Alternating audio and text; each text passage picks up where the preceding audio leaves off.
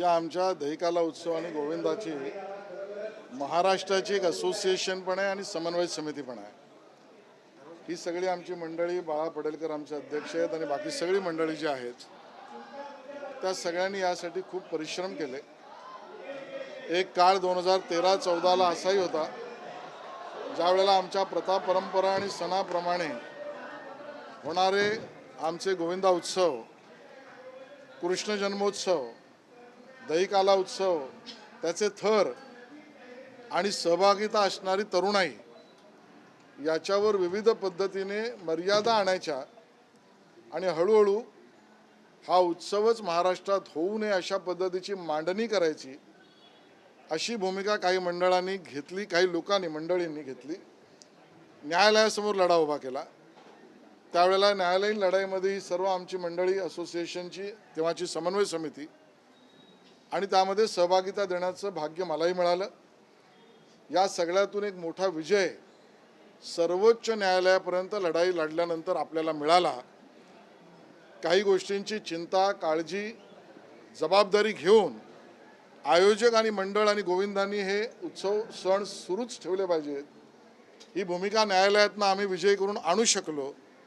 त्यानंतर असलेली जबाबदारी, कर्तव्य आणि चिंता याची मांडणी केली पाहिजे।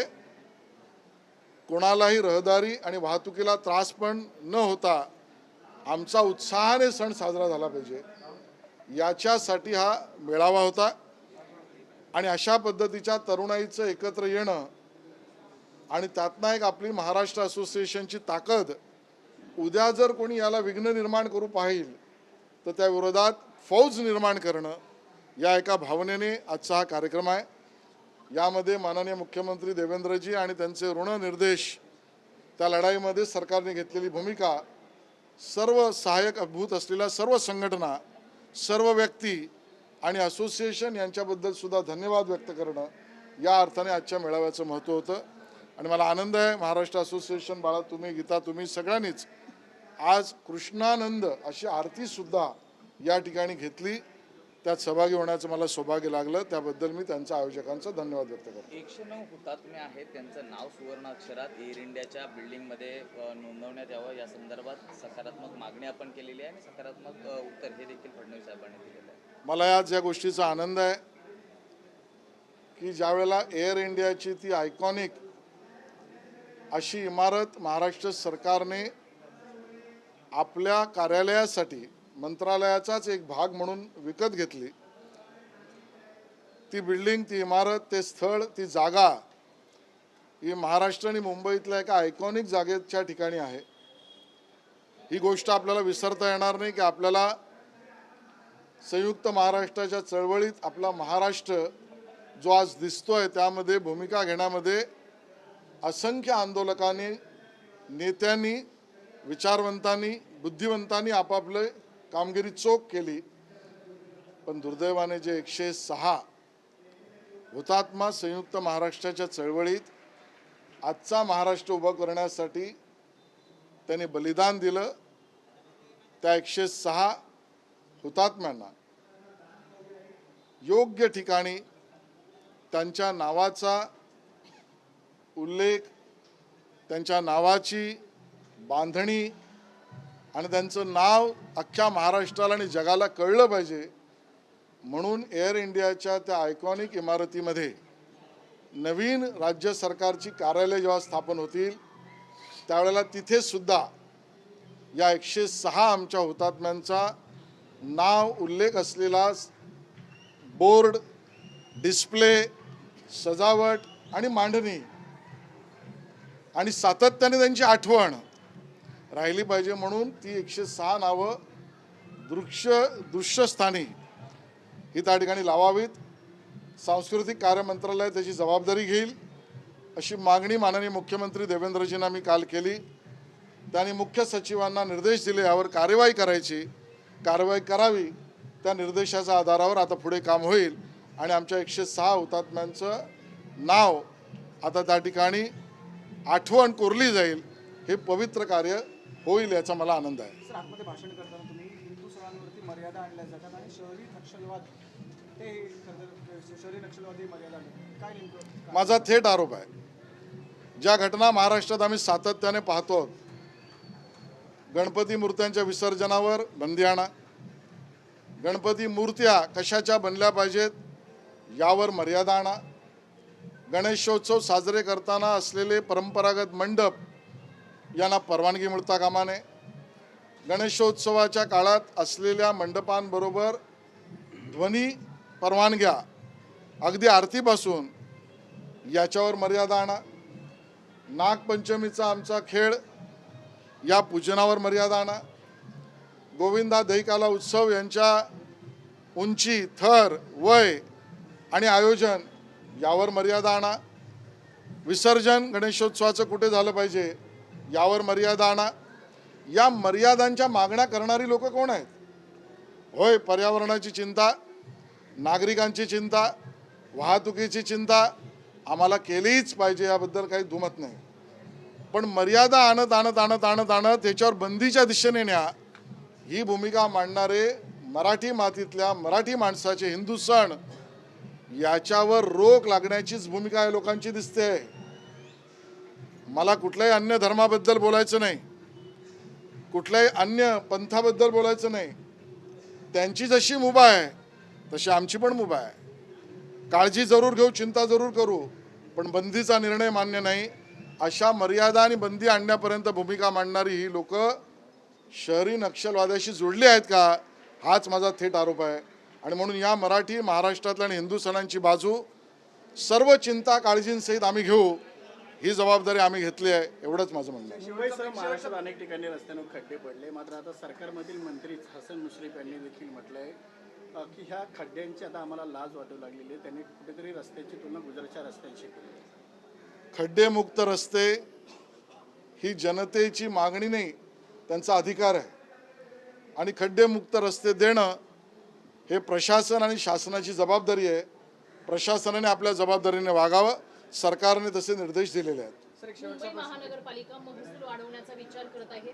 आपण जर पाहिलं तर जेव्हा आर्थिक बजेट सादर केलं तेव्हा कुठलाही कर लावला नव्हता.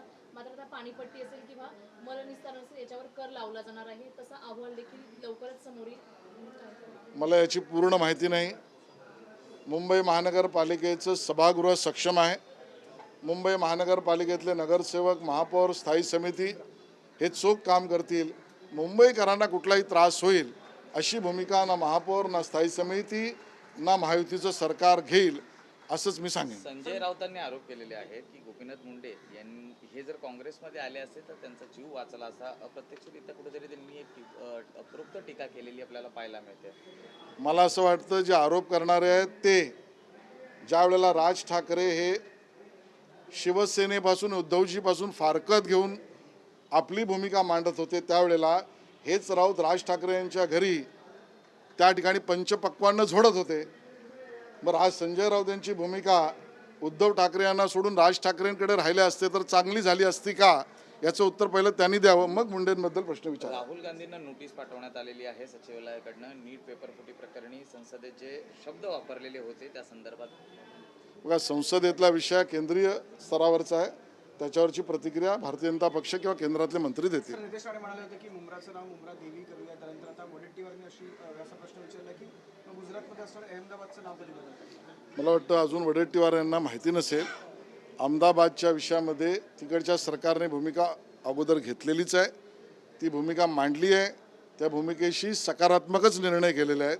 मुद्दा मुंब्रा देवी असं करण्याची मागणी नितेश राणेंची असेल तर वडेट्टीवारांचा विरोध का, नाशिकचे आणि विरोध करायचा असेल तर कोणासाठी, आणि विरोधामागची वडेट्टीवारांची भूमिका ही लांगुल चालण्याची आहे का, याचं उत्तर त्यांनी द्यावं. सर, 2 पालकमंत्री पद म्हणजे रायगड आणि नाशिकचं प्रलंबित आहे. मात्र नाशिकमध्ये सिंहस्थ कुंभमेळ्याच्या पुस्तिकेवरती गिरीश महाजन यांचं नाव पालकमंत्री म्हणून त्या ठिकाणी उल्लेख करण्यात आलेला आहे. अद्याप पालकमंत्री पदाची कुठलीही घोषणा झालेली नाही. मला याची माहिती नाही. माननीय मुख्यमंत्र्यांचं कार्यालय याचं स्पष्टीकरण देईल.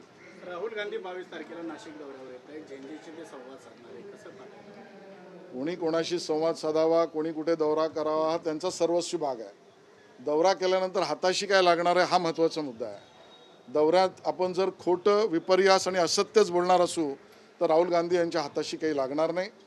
त्यांनी त्यांची मांडणी, त्यांची भूमिका, त्यांची भाषा आणि सत्य यावर स्पष्टीकरण द्यावं, इतक्या पद्धतीचा आरोप हा त्यांच्यावर आहे, त्याची त्यांनी भूमिका मांडावी. मुंबईसह राज्यभरात FDAच्या कारवाया मोठ्या प्रमाणात आहेत. आज अभिनेता शाहरुख खान असतील किंवा अजय देवगण असतील किंवा आणि इतर जे नेते आहेत त्यांना विमलच्या पान मसाला संदर्भात केलेल्या जाहिराती संदर्भात नोटिसा पाठवण्यात आलेल्या आहेत. याकडे आपण कसं पाहता? FDA कडनं विविध ठिकाणी ज्या कारवाया सुरू आहेत याकडे आपलं काय? FDAच्या कायदेशीर कारवाईला विरोध असण्याचं कारण नाही.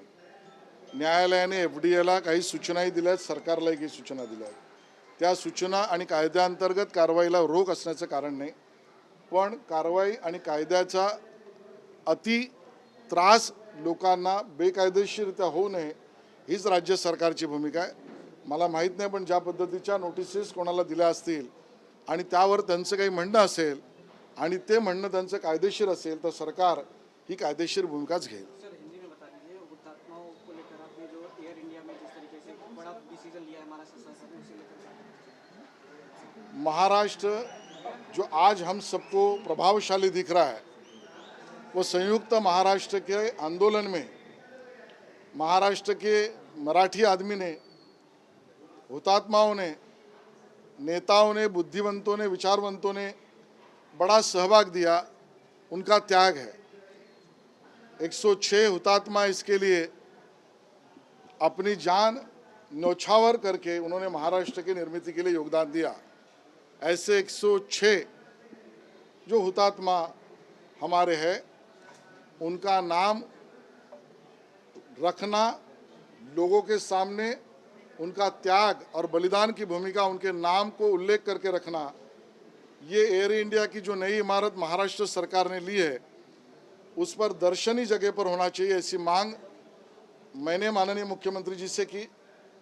इन 106 हुतात्माओं के बलिदान के कारण आज का महाराष्ट्र खड़ा है, उनका सम्मान करना, इस विषय की मांग रखने के बाद माननीय मुख्यमंत्री देवेंद्र जी ने मुख्य सचिव इनको चीफ सेक्रेटरी को निर्देशित किया इसके ऊपर कार्रवाई करे. ऐसा एक काम होने वाला है और इसका पूरा काम होने तक हम मेहनत करेंगे सांस्कृतिक कार्यालय मंत्रालय की तरफ से और उनका नामोल्लेख बहुत गर्वता से, अभिमान की तरफ से और त्याग भावना को सलाम करने का हम करेंगे. प्रधानमंत्री जी ने